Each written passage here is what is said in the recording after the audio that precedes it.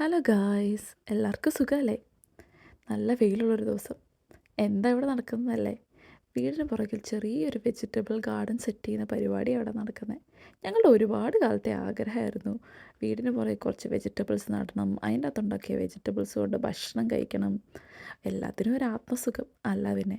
ഇതിനെല്ലാം ഞങ്ങളുടെ കൂടെ ഞങ്ങളുടെ കുറുനരിയുണ്ട് കേട്ടോ. പുള്ളിക്കാരിക്ക് എല്ലാത്തിനും കൂടെ വേണം.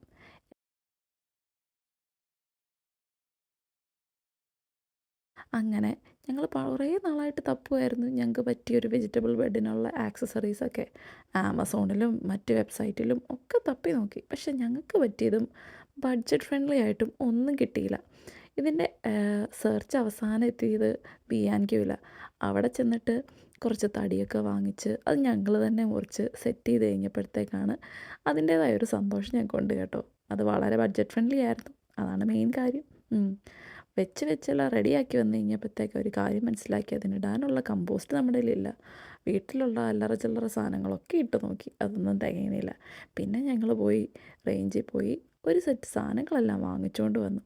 അവിടെ നിന്നൊരു കുറച്ച് കമ്പോസ്റ്റ് വാങ്ങിയിട്ട് റെഡിയാക്കുന്ന പരിപാടിയായി കാണുന്നത്. വളരെ രസമുണ്ടായിരുന്നു. ഓരോ സ്റ്റേജും ഞങ്ങൾ വളരെ എൻജോയ് ചെയ്താണ് ചെയ്തത്. അതിനകത്ത് ഏറ്റവും എൻജോയ് ചെയ്തത് ഞങ്ങളുടെ കുഞ്ഞുമണിയാണ്. പുള്ളിക്കാരിക്ക് ഇതിനകത്തെല്ലാം ചെയ്യുന്നത് ഭയങ്കര ഇഷ്ടമാണ് കേട്ടോ. ഡാഡീനെ ഓരോ കാര്യത്തിൽ ഹെൽപ്പ് ചെയ്യാൻ പുള്ളിക്കാരിക്ക് ഇഷ്ടമാണ്. എന്നിട്ട് ഞങ്ങളുടെ വീട്ടിൽ ഓൾറെഡി പ്ലാൻ ചെയ്ത് കുറച്ച് സാധനങ്ങളുണ്ടായിരുന്നു.